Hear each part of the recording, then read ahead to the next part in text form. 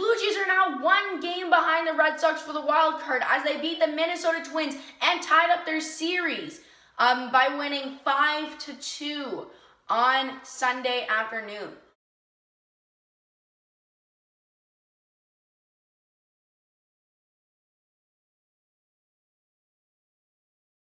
Welcome back to the Blue Jays Recap.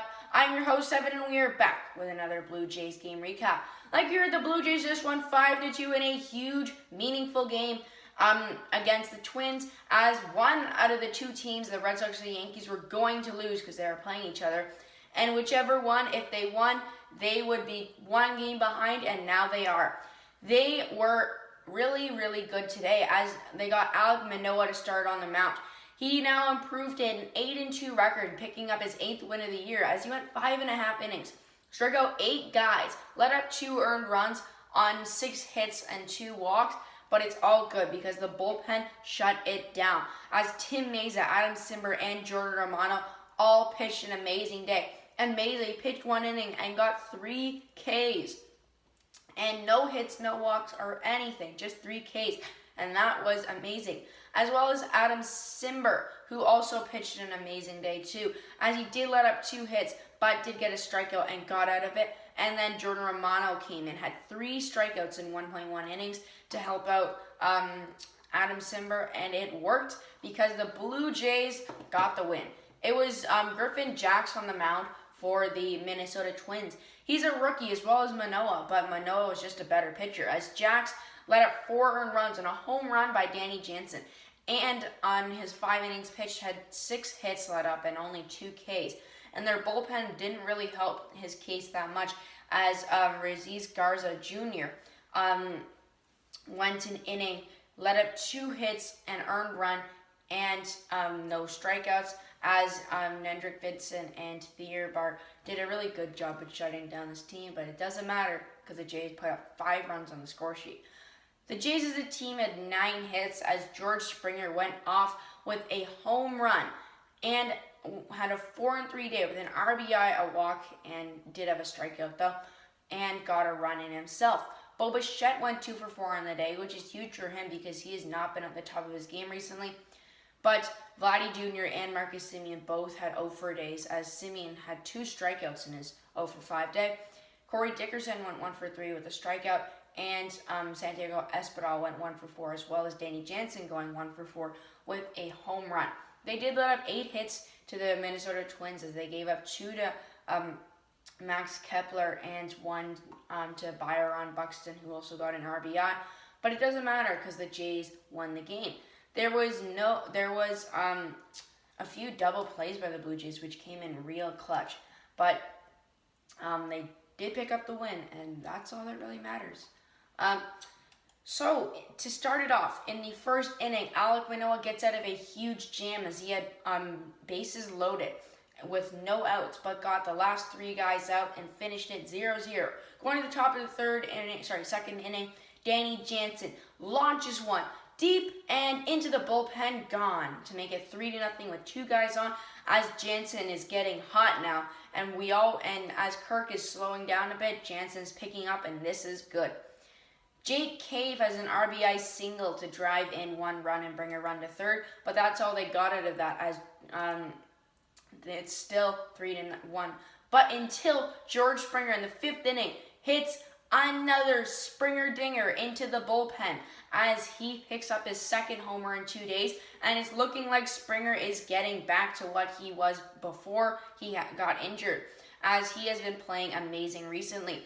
As well as Byron Buxton picking up a solo home run on the Jays, which didn't really, which made it a bit more close to make it 4-2, and Alek Manoah's 2nd run of the game. But it's all good, as then Tim Mayza strikes out the last guy to get Alek Manoah out of a hard situation where he got pulled out halfway through the inning, and then Mayza gets the next few guys out in the next frame. Then Teoscar Hernandez is an RBI straight into the corner as a run scores, as Bichette comes in to make it 5-2, and then Jordan Romano finishes out the game with Ks, as he had 3 on the day. The Jays could do their airplane celebration in the outfield as they won in a good fashion, as it was and the final score of 5-2. Now let's look at the next game that the Jays are playing. This is going to be a huge game and a rubber match against the Yankees, as this is the most important series of the year. Yes, the most important, because the Yankees are fighting for a wild card spot and so are the Jays, and they are just 2 games ahead of the Jays, as well as the Red Sox, who are playing the Orioles, which is a bit easy. But they can lose like they just did, as they got swept by the New York Yankees. That will help a lot for the Jays' case. But you know what they can control? The Yankees. And if they beat them, they will be a game ahead of them in the wild card, and hopefully they can get 2 out of 3 out of them. In the first game, it's going to be Hyun-Jin Ryu versus Jameson Taillon. As Taillon has a 6-8 record with 27 games pitched, a 4.14 ERA, which is a bit scary for him, and a 130 and a 136 strikeout. Ryu is not been good recently, by no means, as the last time he was on the mound, he let up 5 runs in 2 innings on a terrible outing, as he has a 13-9 record with a 4.34 ERA and 133 strikeouts, and he's just off of an injury. We don't officially know if he's starting, but that's what is listed right now. And in his 30 games pitched, he has a 1.21 whip, which is not the best, but not the worst. If he can get, the one thing he needs is his changeup. And he's been working really well against these Yankees. Last time he faced them, he went 6 innings and didn't let up a single run as the Blue Jays won that game. And if he can do that again against this Yankees team, which isn't that good against Ryu, and maybe if that curveball is coming in and that changeup with his fastball mix, that will be deadly against this Yankees team. The one person they need to shut down, though, is Giancarlo Stanton, who has been on a roll this past few days. He hit a home run to give the Yankees a big lead and a grand slam the other day against the Red Sox. And they need to shut this guy down or he will be scary against them. And we do not want a Stanton that is hitting moonshots against us. We want to shut him down with our strikeouts. Another thing we need to do is shut out a lot of this team with ground balls, pop flies, and strikeouts, because they are a really low batting average team. Their team batting average is only sitting at a 2.39, as the Jays is at a 2.70. As well as the Yankees also having a little bit lower team ERA, but the Jays are leading the rest of the offensive categories, as the Yankees are also still missing a few guys on that injured list.